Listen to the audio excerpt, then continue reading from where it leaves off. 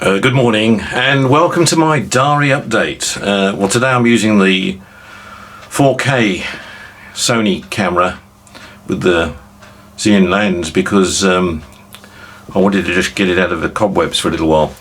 The thing with this camera, it takes a little bit more time to set up, but it gives a 4K quality image, which you can see, and therefore picks up all my beauty spots.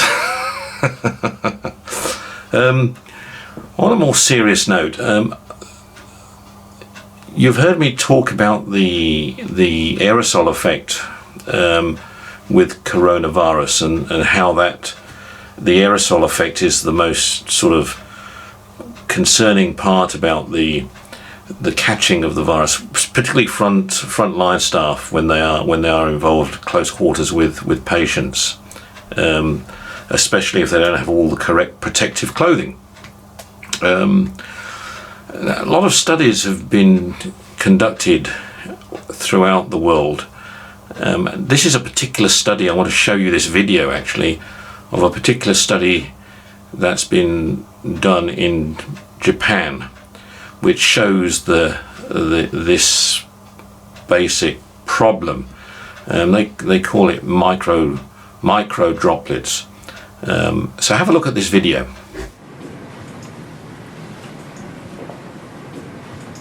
Experts are now looking at this new infection mechanism as the key to preventing the further spread of the virus.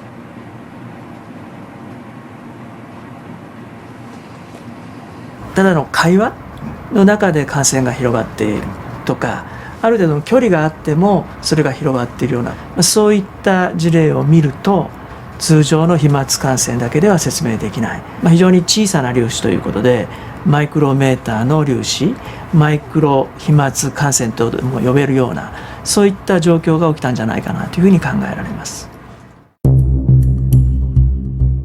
So how does this take place? NHK is conducting an experiment with a group of researchers.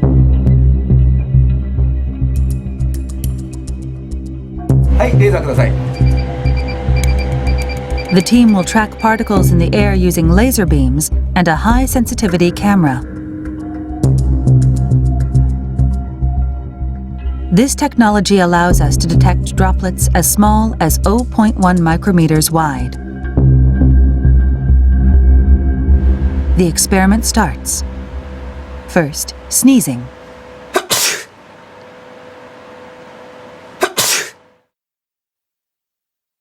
We can see a large droplet about 1 millimeter in diameter. It quickly falls. But let's look through the high-sensitivity camera.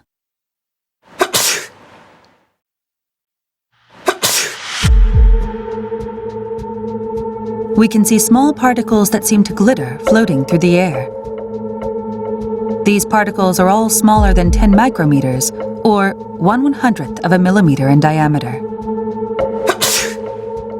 Let's take a look from a different angle. They're small and light. You can see them drifting through the air. These are micro droplets.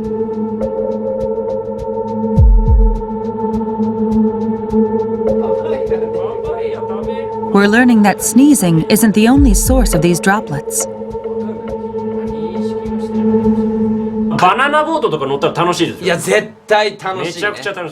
We ran the same experiment on a close-range conversation.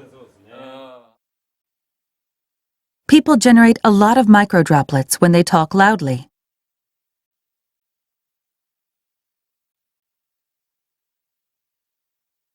The droplets between these two stay where they are.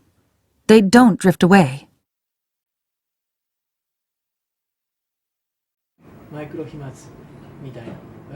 It's not yet known what volume of microdroplets leads to infection. But Tateda says we can't rule out the possibility that microdroplets have spread the virus to some extent. そのマイクロ飛沫、小さな粒子の中にもたくさんのですね、生きたウイルスがいて、大きな声での会話、あるいは激しい息遣い、そういった中でですね、このマイクロ飛沫ができて、それが近くの人、その人が吸い込むことによって感染が広がる、そういったリスクが見えてきたものと思います。The risk of infection through microdroplets becomes even greater in a closed space with poor ventilation.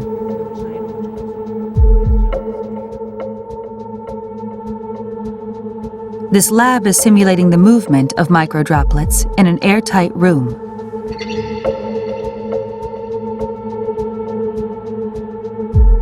About 10 people in an enclosed space the size of a classroom. A person coughs once and spreads about 100,000 droplets.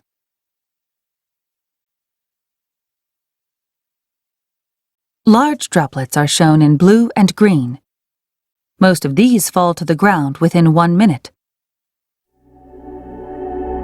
But the microdroplets, shown in red, continue to drift.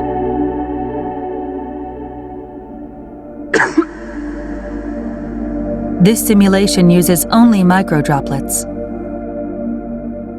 5 minutes later, 10 minutes later,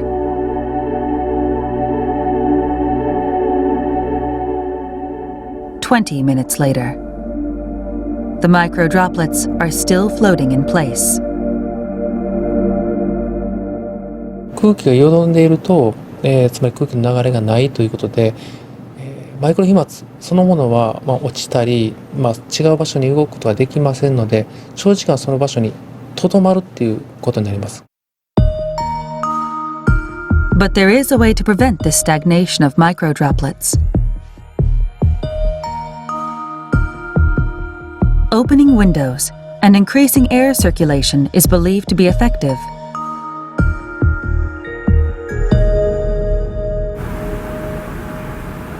When you open a window,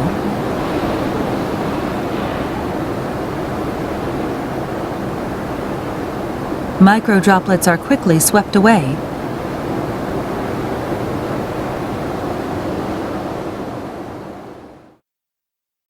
They're very small and light, so any airflow will get rid of them.